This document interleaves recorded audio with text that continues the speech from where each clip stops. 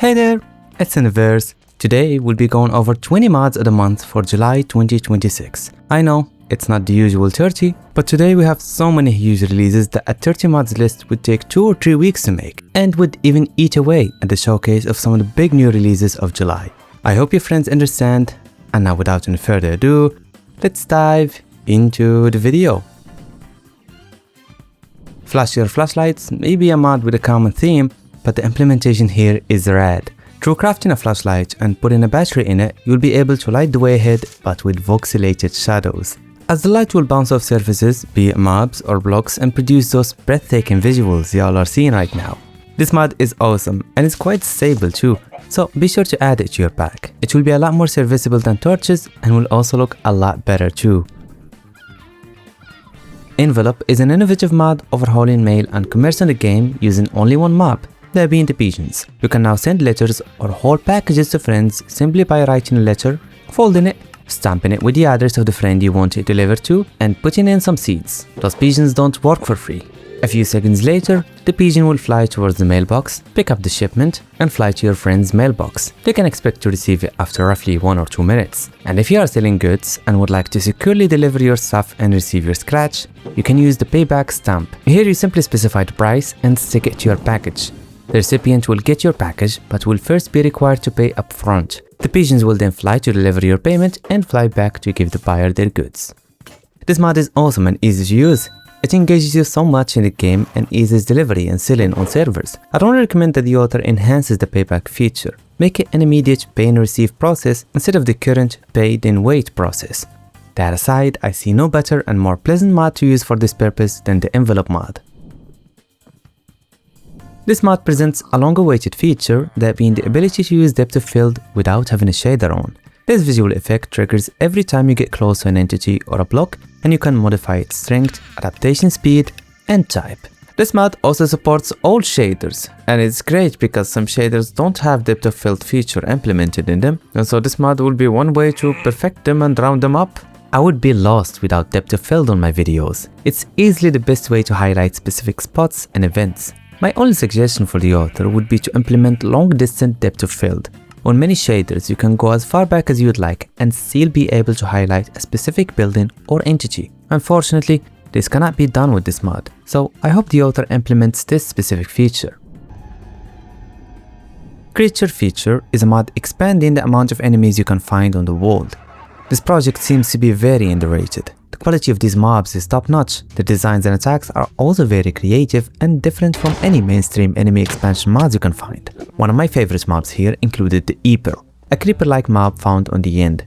Upon attacking you, the Eeper can throw you into a state of dream where you lose control of yourself and your visions grow distorted and pixelated. The runaway is also a mob I love. Its attacks are normal, but what makes it special is its legs and how it interacts with the blocks beneath it. It looks like hours upon hours of work, and it gives this mod a premium feel.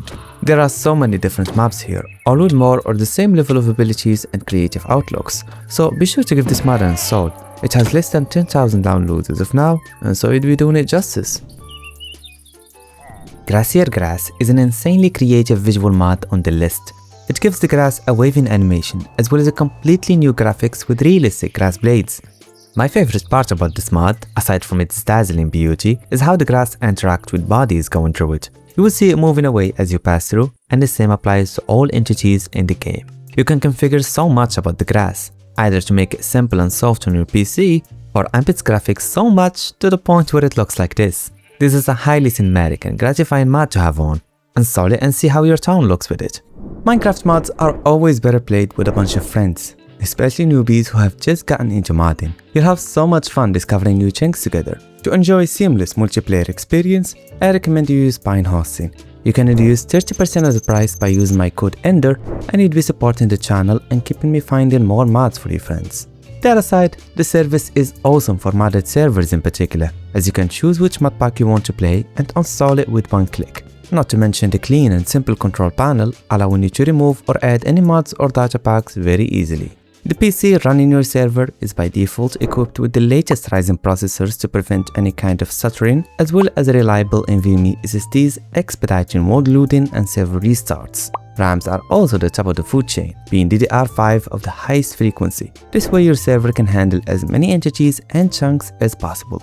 Lastly, Pinehosting has your back with automatic and manual backups, a knowledgeable support team, and locations covering most of the globe. Be sure to use it for your next server if you liked what they are offering, and don't forget to use my code ENDER for that sweet 30% off. Thanks in advance, and let's go back to modding now. Cult of Azazel is a fully fledged content mod introducing a whole civilization of demons found on the Nether. The whole progression here begins on the Nether mansion, but before you get there are plenty of structures that you can discover for loot, fun interactions, and even instructions when you reach the gas chamber. The Nether mansion is vast and filled with multiple chambers. At the entrance you'll be greeted by a line of cultists and tall creatures leading up to this majestic gate. You can then right click it to enter the zone of Azazel. Subjected to back-breaking labor and their scorching heat are these poor villagers. To free them you must kill the guards at the top of these towers. But be careful, my friend. It's not for the lack of spirit that these villagers agree to work waitress jobs. The guards can turn any entity into a slave using their staffs. Even you. Not just that, should you prove strong of heart and resist their manipulation, the guards can summon Gehennims, powerful tall golems that will punch you consecutively. Conquering the first room, you'll be able to pass to the second room. This place features lots of harmless cultists and traders that will trade unique items for any kind of metals. The only challenge you'll face here are the gilded golems. At first you may think you have the advantage, but as the gilded golem enters its second phase, it begins pulling you towards it and dealing rapid, consecutive, and deadly damage, so you could die very easily even with netherite equipment. Should you survive the gilded golem, you'll be able to pass to the final room, the arena of Azazel himself. To summon this boss, you have to get the black stone circle from the barrel, destroy the barrel, and place the black stone there. Azazel will then emerge, informing you of the gravity of your mistake and beginning the punishment. This boss only uses a few attacks, either pushing you to the outskirts of the arena with its wing, or flying up and biting you with the evoker claws. These two attacks can be lethal in of themselves. However, Azazel's true power is his ability to summon tens of mobs as well as trapping you in a cage with them, leaving you with no room to breathe. This boss will at first be invincible, up until you mine the 4 black stones on the arena. From there, he will begin receiving damage once again, eventually entering his second phase and dying with shame, as he apologizes for not living up to the challenge. The rewards for taking the Azazel Empire is plentiful. You get a wand that can manipulate gravity as well as spawning an army of golden armored skeletons to aid you, a new type of totems that can summon the tall golems, along with a mask that saves your life passively up to 3 times.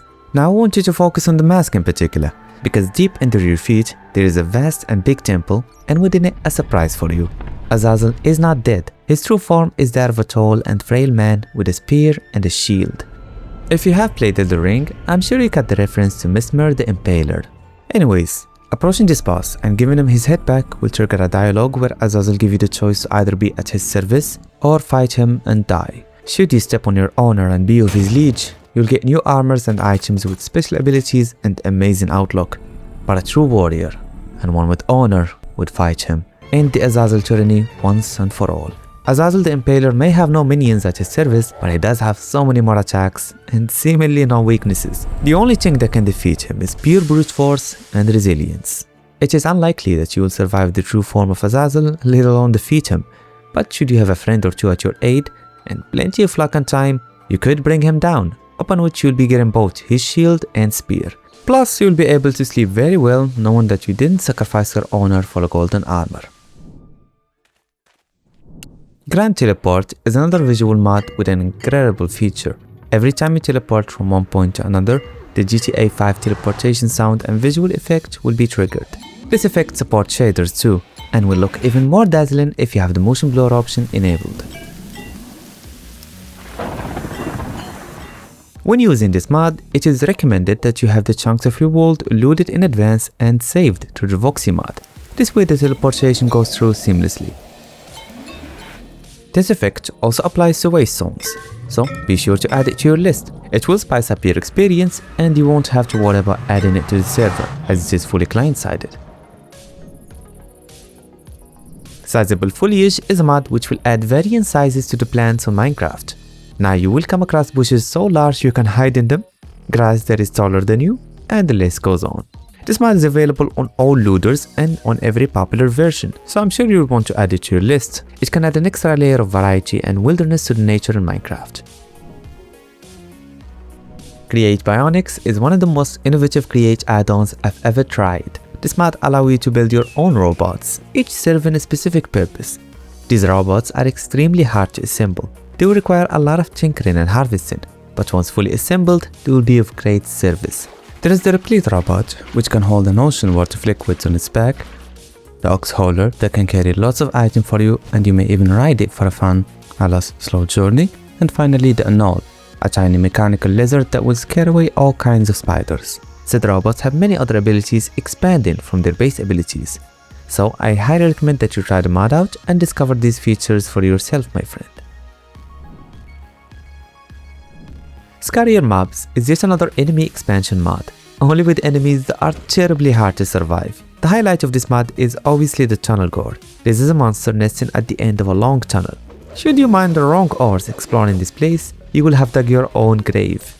The tunnel gore will launch at an incredible speed and devours you whole, and no matter how good the armor you're wearing is, you'll most certainly die from this attack. The only way to rid your world of this abomination is through shielding yourself with a full netherite block. Yes, you heard that right. Hundreds of hours worth of mining just to repel this monster. Should the tunnel gore crash into the block 3 times in a row, it will disintegrate and leave you with a tunnel full of diamonds. Mine your heart away, friend. You earned it. Every other mob you'll face here is exceptionally strong and features unique attacking patterns and defense mechanisms. Their designs are also awesome and fitting of their nature, and they spawn under various conditions, so they are far from the conventional and predictable enemies we see on popular mods. This mod is, as of now, still a beta project, so it's recommended you follow the author and only add it to your server when it's a full release. Otherwise, you can include it at your own risk. Inspired by the legendary Ore Spawn mod, Antarchy adds 3 new dimensions to visit. The reason this mod is named as such is because to get to any of these dimensions, you must find a bunch of ants on the Overworld and on the Nether and right-click them, upon which you'll be teleported to one of the dimensions based on the ant you right-clicked. You'll have the time of your life exploring these dimensions. Each one is packing different sets of enemies to fight, from mini-bosses and small enemies with all kinds of unique abilities like reversing gravity or releasing explosive companions, to full-blown bosses that are either rewarding to kill or even tameable upon defeat like the Hercules beetle. You can expect to leave these dimensions with a handful of new functional armor sets, special new items to craft ridiculously strong weapons such as the iconic Big Bertha sword, along with a bunch of pistols inflicting different effects. It's very delightful to see a 10+ years mod getting represented to fit modern standards. Best of luck for Lions and Crescent Lord. These are actually YouTubers with exceptional videos, so be sure to check their channels out too. Isocraft is a mod that will allow you to play the game isometrically. There are a handful of mods like this one, but Isocraft stood out to me due to its playability and visual effects. You'll be able to mine blocks around you very easily, and combat will be even easier as you can just click mobs to hit them along with getting a nice projection line when shooting with bows or crossbows. This mod is compatible with the End, but it looks very weird on the Nether and even weirder indoors. So for the moment, that being August 2026, this mod may not be the best for day-to-day gameplay, but check it out anyways. It's an active project and problems like these are probably already patched.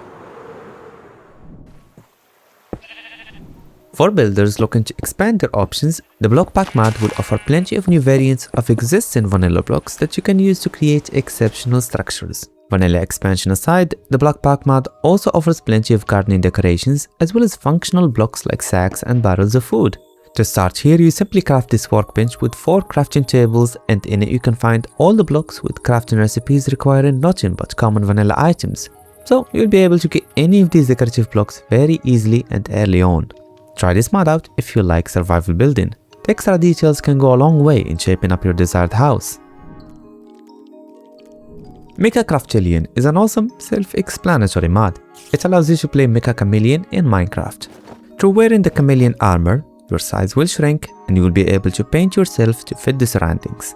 You can also pose in many different ways to further blend in with the blocks around you. I've had so much fun playing this mod with friends, and the painting system is so good you can fully camouflage yourself. So be sure to call in some of your pals and start around together. This next mod adds a very simple and vanilla-friendly feature, that being the ability to jump over fences by pressing shift then clicking space as the charge is at max. Doing so, you'll be able to jump 1.5 blocks instead of the usual one. This is a very creative spin at fence jumping in Minecraft. However, the boost only applies to the vanilla stage. When you drink potions of jump boost, they receive no enhancement from the jump charge. I recommend that the author implement a feature where the boost amplifies the effect of jump boost 2. For example, from 1.5 blocks on jump boost 1 to 2 blocks, and from 2 blocks on jump boost 2 to 3 blocks. This will definitely make the mod a lot more practical and useful. Casual Swing is a fun decorative mod allowing you to craft swings of different kinds. The crafting recipe couldn't have been any simpler, and the building just as much, as you will only be required to attach the ropes or chains to a 3-block wide surface and attach the seat below it. The swing will then begin swinging, and you could even build momentum and swing very fast when you are on a chain swing.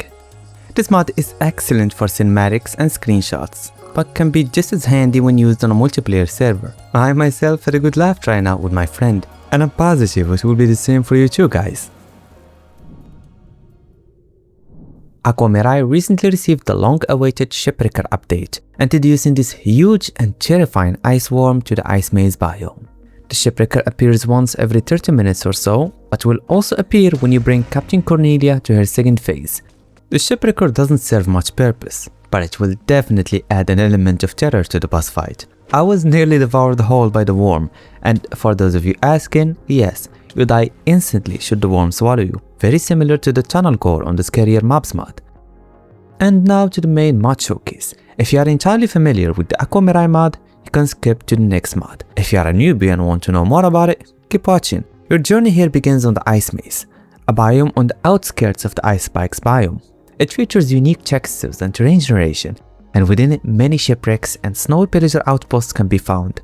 Deep beneath the ice is where the true horror of the Ice Maze lay. From anglerfish as big as yourself, behemoths such as the Ice Maze Mother, and underwater structures with white walkers and abominations that can bite your head off.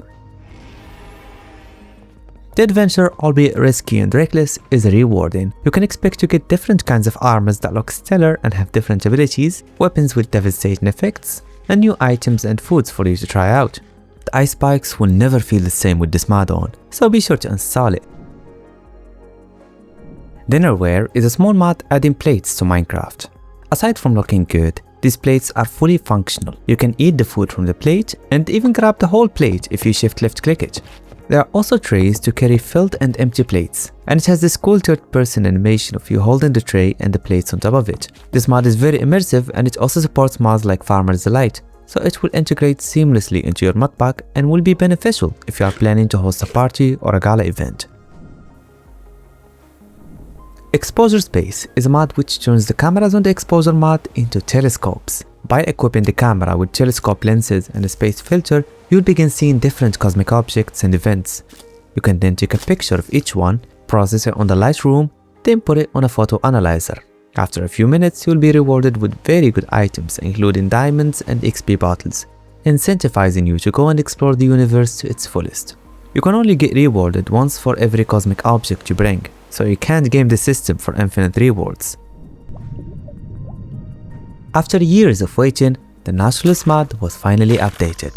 This new update added a whole bunch of new animals previously only available to Bedrock players. The best of which included, but not limited to, capybaras that sleep during noon and can be bred and tamed with million slices, Komodo dragons that chase and kill chickens, mammoths that can be found on the snowy plains and tamed through cakes and parenting, upon which they will be excellent for storing items and traversing the snowy plains, plus a lot more.